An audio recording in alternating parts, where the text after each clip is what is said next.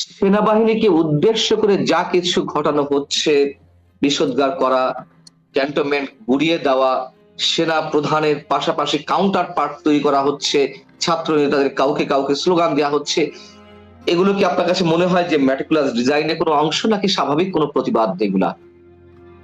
ধন্যবাদ আপনাকে। দেখেন, এই ঘটনায় আমরা দেখলাম যে মিডিয়াতে এসছে এবং সেনাবাহিনীর সদর দপ্তর থেকেও বরাত দিয়ে নেত্র নিউজ আপনার সংবাদ করেছে। তাতে আমার কাছে মনে হয়েছে, কেন যেন মনে হয় যে বিডিআর এর নেক্সট ডিজাইন কিনা এটা। কারণ হচ্ছে দুইজন ছাত্র নেতা, তারা কিন্তু এখন ছাত্র নাই, তারা এখন একটা জাতীয় রাজনৈতিক দলের নেতা। তারা আর্মি চিফের মিলিটারি অ্যাডভাইজারের সাথে বারবার যোগাযোগ করে অ্যাপয়েন্টমেন্ট করেছে, তাদের আর্মি চিফের সাথে দেখা করেছে। এখন সেখানে কি কথা হলো, দ্বিপাক্ষিক বা ত্রিপাক্ষিক, এটা তো আমরা সরাসরি কেউ উপস্থিত ছিলাম না। এটা মিডিয়াতে এসছে, সদর দপ্তর থেকে বলা হয়েছে। তাতে আমরা যেটা অনুমান করেছি যে এটা এই আলোচনাটা নিতান্তই তাদের দ্বিপাক্ষিক ছিল। এখন একজন ছাত্র তার ভেরিফাইড ফেসবুকে পোস্ট দিল, পোস্ট দিয়ে সেখানে বলা হলো যে তাদেরকে বিশুদ্ধ আবার রিফাইন্ড আওয়ামী লীগ নির্বাচনে, ইনক্লুসিভ নির্বাচনের জন্য রিফাইন্ড আওয়ামী লীগকে নির্বাচনে অংশগ্রহণের জন্য তাদের চাপ দেওয়া হয়েছে। সাথে সাথে দেখা গেল তিনজন নেতা, এই নতুন দলের তিনজন নেতা একে অপরকে অন্যরকম বক্তব্য দিল। অর্থাৎ এটাতে পরিষ্কার যে ছাত্রদের যে সংগঠন, এই সংগঠনের এটা ঐক্যবদ্ধ কোনো সিদ্ধান্ত ছিল না। এবং এই দুইজন যে আর্মি চিফের সাথে দেখা করেছেন, তাতে আর্মি চিফের সাথে এটা ব্যক্তিগতভাবেই দেখা করেছে বলে মনে হয়। এই জন্যই আর্মি সদর দপ্তর থেকে বলা হয়েছে এটা একটা রাজনৈতিক স্টান্টবাজি, এটা হতে পারে।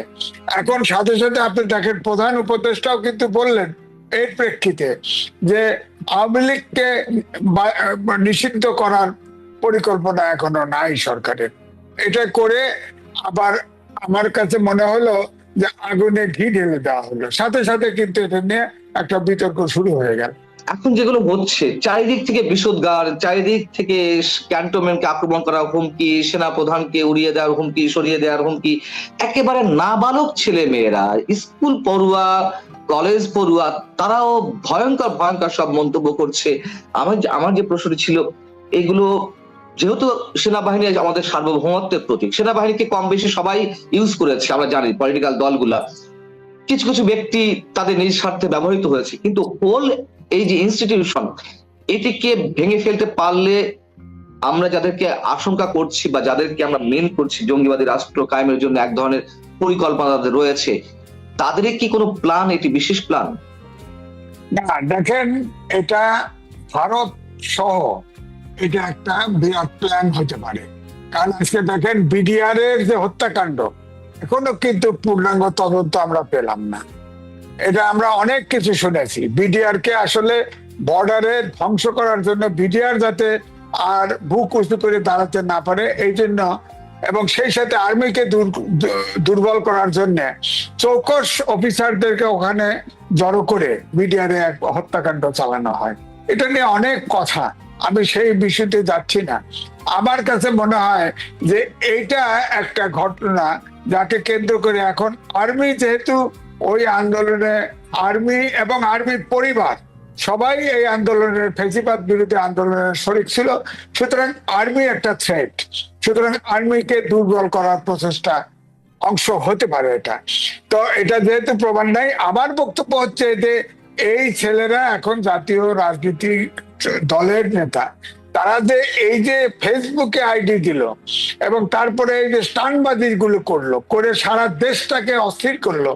আবার প্রফেসর ইউনূসও এটাকে বলে দিল ওই সময় যে আমাদের আওয়ামী লীগকে নিষিদ্ধ করার কোনো পরিকল্পনা নেই। এতে আমার কাছে মনে হয় আসলে এই নির্বাচন পিছিয়ে দেওয়া এবং দেশটাকে একটা জঙ্গিবাদের দিকে ঠেলে দেওয়ার একটা প্রচেষ্টা আমার কাছে মনে হয়েছে।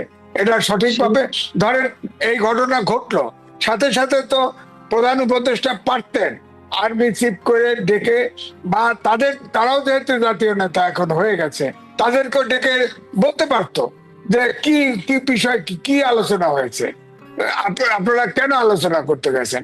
সেখানে তো আর্মি চিফের মিলিটারি অ্যাডভাইজারের সাথে মাধ্যমে অ্যাপয়েন্টমেন্ট দিয়েছে, তারা গেছে। এখন ধরেন আপনি আর্মি চিফের সাথে কোনো একটা যৌক্তিক কারণে আপনি দেখা করতে চাইলেন, দেখা করতেই পারেন, সমস্যা নাই, কিন্তু সেটা দ্বিপাক্ষিক আলোচনা হলে আপনাকে বুঝতে হবে কোনটুকু আমি বলবো, কোনটুকু আমি বলবো না। আপনি ফেসবুকে আপনি দিয়ে দিলেন, এটা কেমন জাতীয় নেতা? এরা কি উচ্ছৃঙ্খল! এই জন্য তো বললো স্টানবাজি।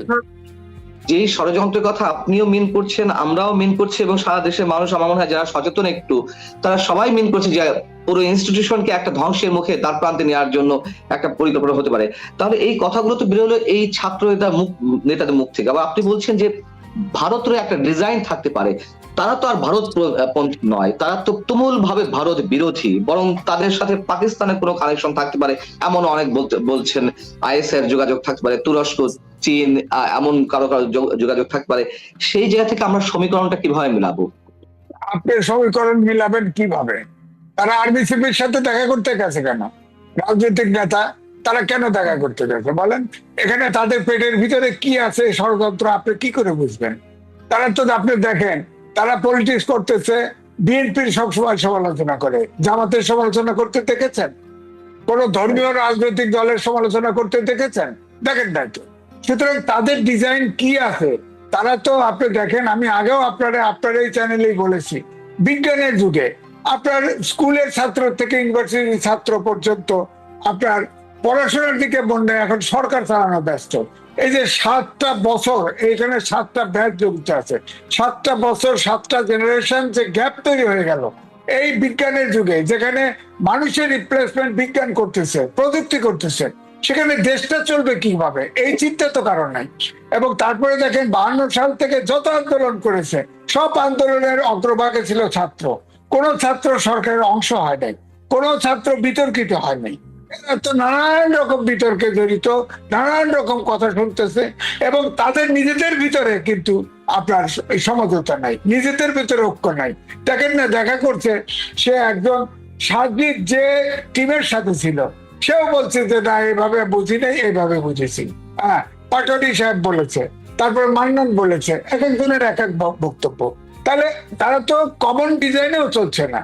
একটা অংশ তো পার্টি ভেঙে আরেকটা হয়েছে, এবং আমার জানা মতে আরো 2টা পার্টি এতে ভেঙে হবে, এবং ছাত্ররা কিন্তু আস্তে আস্তে ছোট হয়ে আসতেছে, ছোট হয়ে আসছে। ধরেন আমার থানা, পাবনার সাথিয়া থানা, সেখানে যে আপনার এই দল হয়েছে, ছাত্রদের দল, সেখানে তো তাদের কোনো লোক নাই, তারা শিবিরের পোলাপান নিয়ে এটা একটা দল করেছে, ওই জাতীয় নাগরিক পার্টি করেছে। তাদের তো কোনো, ঢাকার ওই কয়েকটা হলের বাইরে তো আর কোনো লোক নাই, তেমন লোক নাই। এই কিছু সমর্থক সংগঠন, রাজনৈতিক দল আছে, আপনি বোঝেন, আমিও বুঝি, এই দলগুলো নিয়ে একটা মেরুকরণ হচ্ছে এই দেশে অশান্তি তৈরি করা, এবং যাতে এই সরকারও আপনার সবকিছু নিয়ে পলিটিক্স করার চেষ্টা করছে। এই তো বললাম, এই ঘটনাটা প্রধান উপদেষ্টা এইভাবে কথা না বলে তাদেরকে ডেকে যদি জিজ্ঞেস করতো, তাহলে তো ঘটনাটা উদ্ধার হতো। এখন তো আমরা তো নেত্র নিউজ, ওই নেত্র নিউজে সব জায়গায় ছাপা হচ্ছে, আর ছেলেরা যা বলতেছে তাই শুনতেছি। আমি তো হতাশ যে এই ছাত্ররা যে সম্ভাবনা তাদের তো নাই। সেই আমি আগের মধ্যে বলতে হয় যে আমি নির্বাচনের সময় 3টা আপনার বড় বড় নেতা দিয়ে কিংস পার্টি করেছিল, তাদের একজনেরও জামানত থাকে নাই। এই ছেলেরা ইতিমধ্যে যে ইমেজ তৈরি করে ফেলেছে, তারা ইলেকশনও করবে, বলে যে 300 সিটে আসন দিবে, 300 সিটের একটাও পাস করবে না, দেখবেন সব জামানত বাজেয়াপ্ত হবে। তো সুতরাং এটা তো আমরা প্রত্যাশা করি নাই। এর পরে যে ফ্রাস্ট্রেশনটা তাদের ভিতরে ঢুকবে, অর্থাৎ আমি বলছি এই 7টা বছরের জেনারেশন গ্যাপ আমাদের সমাজে হবে। 1.5 কোটি লোক বিদেশে আছে, অটোমেশনের যুগে কাউকে এই শিক্ষা, আমাদের দেশে যে শিক্ষা হয় এই শিক্ষা নিয়ে তো বিদেশেও লোক দিতে পারবে না। তো আমরা তো খুবই ব্যাংক্রাপসির ভিতরে পড়ে যাবো। তো এই জন্য আমি বলবো যে এই ছাত্ররা যেভাবে স্টানবাজি, উশৃঙ্খলতা, কথার ভিতরে যে দাম্ভিকতা, অহম্মিকতা, হুমকি ধামকি, এরে রক্ত দেব, এরে এই দেব, জাতীয় সংগঠন এরা রক্ত দিতে চায়, এখনো খালি রক্ত দিতে চায়। বাইরে 71-কে এবং আপনার 24-কে এক জায়গায় দান করতে চায়, পরিশোধ করতে চায়, বাংলাদেশের প্রতিকার নাম, বাংলাদেশের নাম বদলায় দিতে চায়, সংবিধান নতুন করে লিখতে চায়, সব 24-এর জন্য। 71-এর চেয়ে বড় আন্দোলন হয়েছে এটা। 71 তো বাংলাদেশ, বাংলাদেশের নাম কি করে বদলাবে? এটা কি করে সম্ভব বলেন? একটা শৈবালের মতন আন্দোলন যদি 71-এর সাথে তুলনা করতে হয়, তাই না? হ্যাঁ, 71-এর রাতে কেমন 71 দেখছে, আর অনেকের তার বাবাও দেখে নাই। আমরা তো মুক্তিযুদ্ধ ছিলাম, আমরা তো জানি 71-এ যে টার্মল হয়ে গেছে। 71-এ কিন্তু তাদের চাইতেও এদেশের লোক বেশি সমর্থন, শুধু জামাত আর ছোট্ট দুইটা মুসলিম খয়রুদ্দিন আর একটা পার্টি ছিল নাম কাস্তে, কিন্তু জামাত ছিল মূল শক্তি। জামাত ছাড়া সবাই এই আন্দোলনের আপামর জনগণ সহযোগিতা করেছে। সেখানেও কিন্তু আপনি বলতে পারবেন না যে আওয়ামী লীগের একজন নেতা মারা গেছে, নিহত হয়েছে, বা আওয়ামী লীগের নেতার ছেলে নিহত হয়েছে। এটা সাধারণ জনগণের ছেলে মেয়ে যুদ্ধ করেছে, এটা জনযুদ্ধ ছিল, এটা রীতিমতো জনযুদ্ধ। এটা তো বলতে হয় ছাত্র জনতা সর্বাগ্রে, সব আন্দোলনে তো ছাত্র অগ্রভাগে ছিল। এখন তারা আন্দোলন মনে করতেছে তারা একা করছে।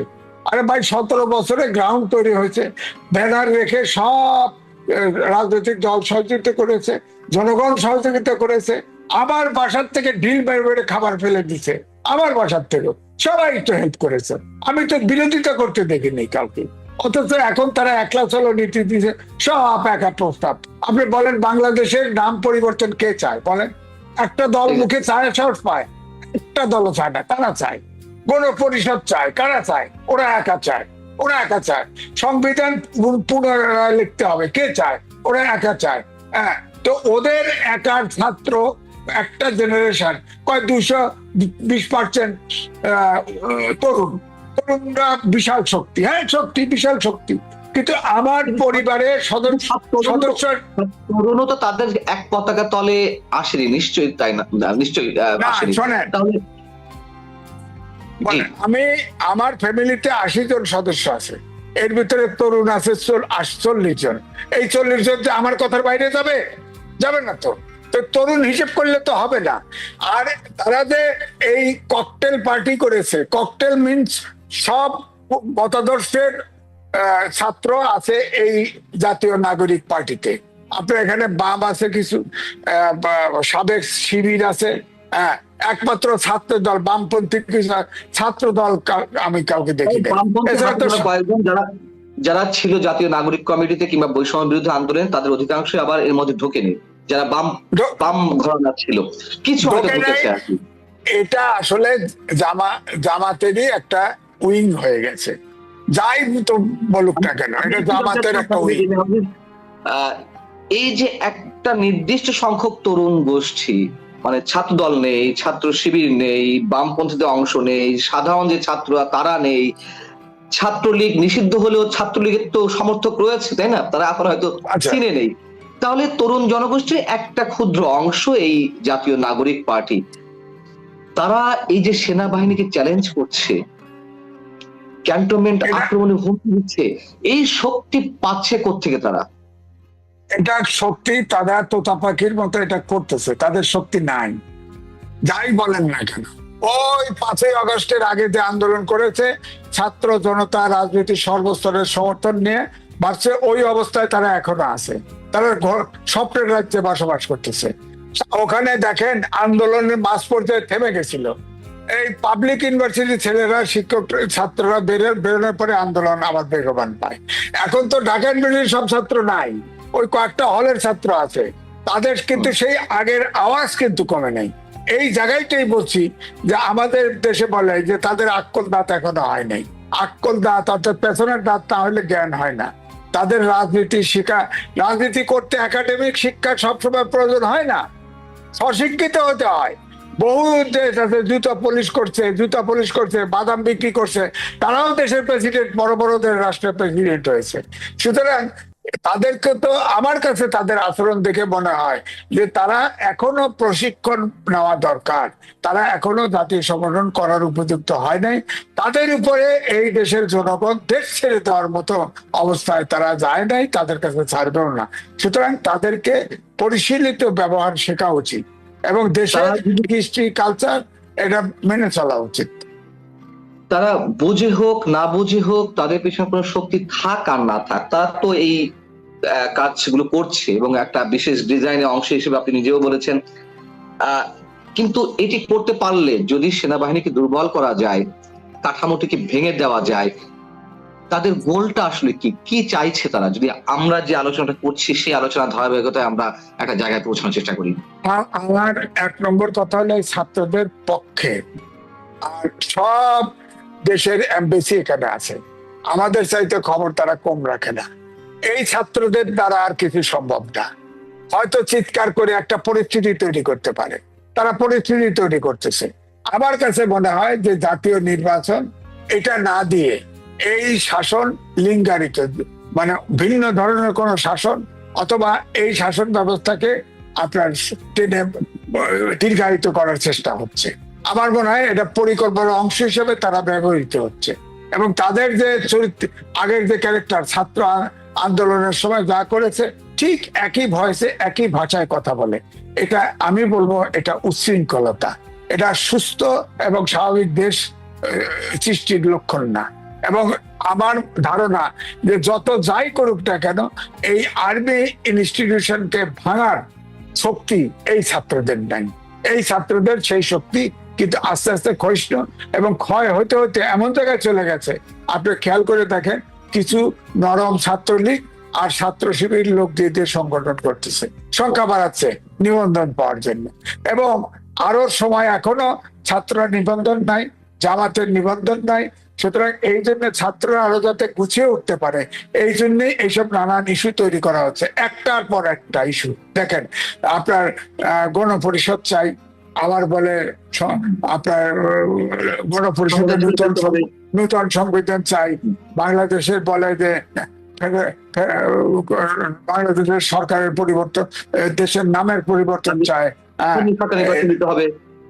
নির্বাচন দিতে হবে, স্থানীয় সরকার আগে নির্বাচন, এক একটা ইস্যু তৈরি করে এক একটা ঝামেলা তৈরি করে।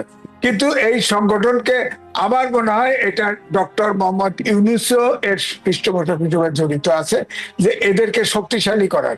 কিন্তু তাদের যে আচরণ, তারা আস্তে আস্তে ছোট হচ্ছে, ছোট হতে হতে ইলেকশন পথে যাওয়া লাগবে না, তার আগেই হাতে গোনার বাইরে চলে যাবে। এটা মানে ইলেকশন করে মানে ওই আপনার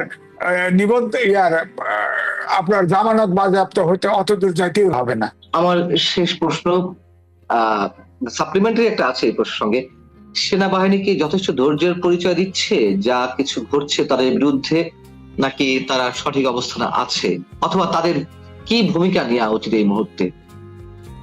না, আমার মনে হয় তাদের এখন সেনাবাহিনী আলাদা এন্টিটি, তারা তাদের মতো ডিসিপ্লিন ফোর্স, তাদের মধ্যে তারা সংগঠিত থাকা উচিত এবং অবশ্যই জনগণের পালস বুঝে, এখন আগে যেমন ছাত্রদের পক্ষে ছিল ঠিক ওইভাবে না থেকে জনগণের পালস বুঝে তাদের অবস্থান নেওয়া উচিত। আমার মনে হয় আমাদের সেনাবাহিনী শেষ আশ্রয়, আমাদের বিচার বিভাগও নড়বড়ে, সব প্রশাসন নড়বড়ে, পুলিশ নড়বড়ে, এখনো সেনাবাহিনীর উপর আমরা তাকিয়ে আছি। এই সেনাবাহিনী কিন্তু সুসংগঠিত থাকা উচিত এবং সেনাবাহিনীকে যারা বিতর্কিত করতে চায়, আমি মনে করি তারা বাংলাদেশকে দুর্বল করতে চায়। সুতরাং সেই জায়গায় কারো সায় দেওয়া উচিত নাই। আপনার সেনাবাহিনী ঠিক আছে, যদি কোনো ত্রুটি বিচ্যুতি থাকে সেটা ঠিক করেন, সমস্যা নাই। সেটা তো এখন সেনাবাহিনী তো প্রধান উপদেষ্টার অধীনে, তিনি এটা তো ঠিক করতে পারেন। হ্যাঁ, এটা তো সেনাবাহিনীর তো আলাদা কোড অফ কন্ডাক্ট আছে, আলাদা বিচার বিভাগ, কোর্ট মার্শাল ইত্যাদি আছে। সেনাবাহিনী সেনাবাহিনীর মতো করে চলবে, এখানে তো সিভিল কোর্টে বিচারও করতে পারবেন না। সেনাবাহিনীকে প্রধান উপদেষ্টা কিভাবে তৈরি করবে একটা দেশপ্রেমিক সেনাবাহিনী, তারা যাতে অখণ্ড থাকে, তাদের ভিতরে যাতে কোনো ইয়ে না হয়। যেমন ধরেন প্রেসিডেন্ট জিয়া ছিলেন, জিয়া যখন তাকে গৃহবন্দী করা হয়, এরপরে যখন সে ফাইনালি ডেপুটি চিফ হয়, তার সাহেব তাকে ডেকেছে ক্যান্টনমেন্ট থেকে বের করে এনে আলাপ করার জন্য, সে কিন্তু আসে নাই। এটা তার রাইট ডিসিশন ছিল। সে তার অভিযোগ আছে তার বিরুদ্ধে যে সে তার সময় এতগুলো কু হয়েছে। আরে কর্নেল তার তো লিফলেট বিপ্লব বিতরণ করে সেনাবাহিনীর সদস্যদের বিপ্লব করতে চাইছে। উনি দেশে তার সেনাবাহিনীর আইন অনুযায়ী যে বিদ্রোহ করতে চাইছে তা কোর্ট মার্শাল করছে। এখানে তো অপরাধ কিছু করছে বলে আমার আজকে এই জন্যই সেনাবাহিনী এ পর্যন্ত ডিসিপ্লিন ফোর্স হিসেবে টিকে আছে এবং এটা টিকে থাকার দরকার।